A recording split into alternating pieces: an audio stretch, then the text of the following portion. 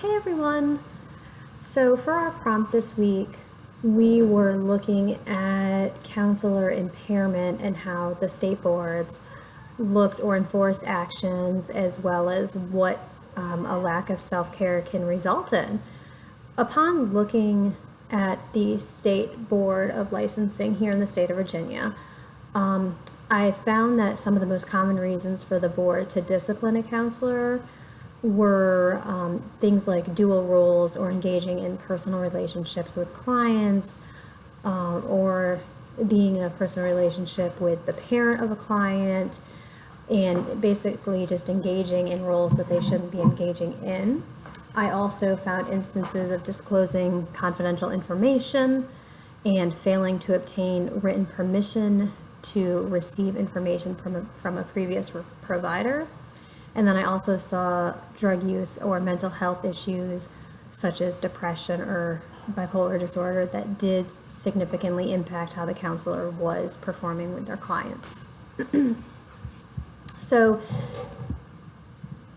a lot of what I had done in some reading showed that we're our own worst enemy, or counselors are their own worst enemy, because we think that, as a future counselor, I definitely know that in school, a lot of what I do is show empathy, and I'm a highly empathetic person, and I'm always working with students who are in need and who need my time, and I'm providing them with self-help skills and coping skills and anger management, and it can get significantly draining.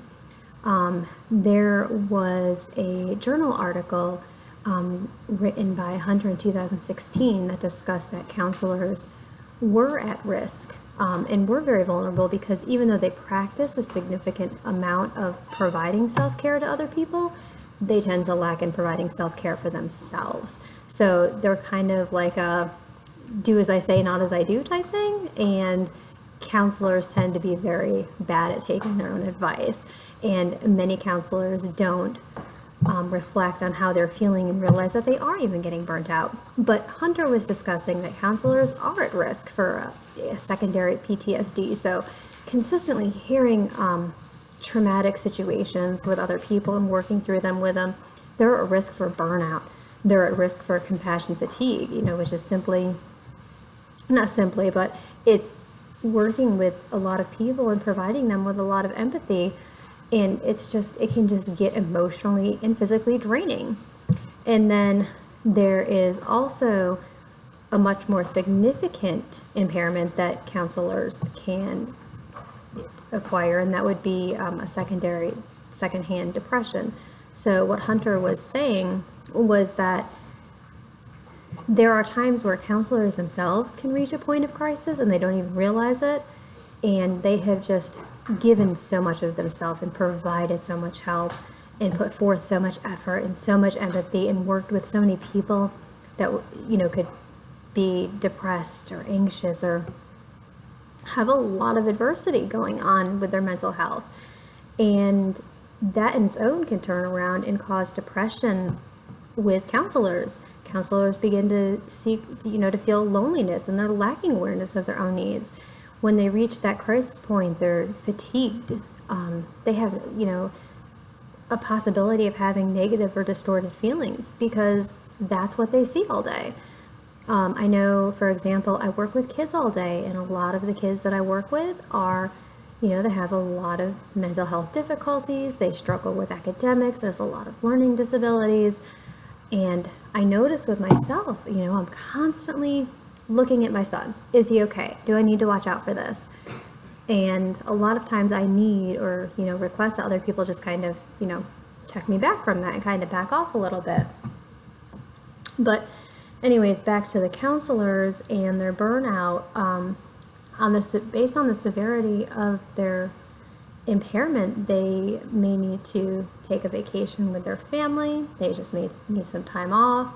Learning to integrate exercise, yoga, meditation into their daily lives can really help a lot.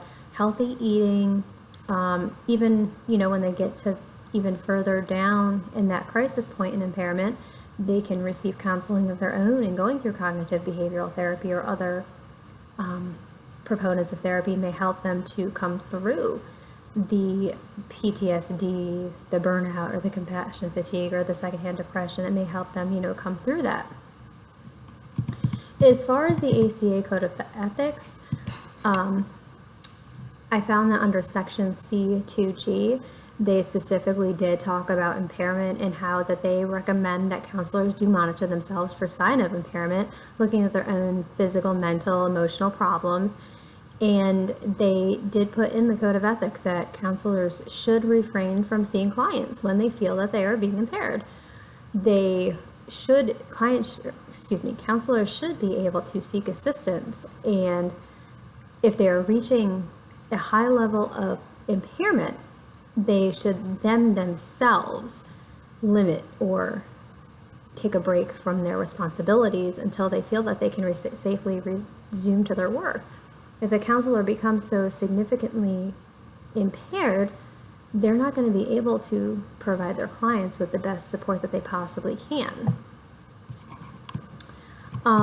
So one of the questions that I had after going through all of this is, do employers advocate for self-care now by implementing programs into their practice?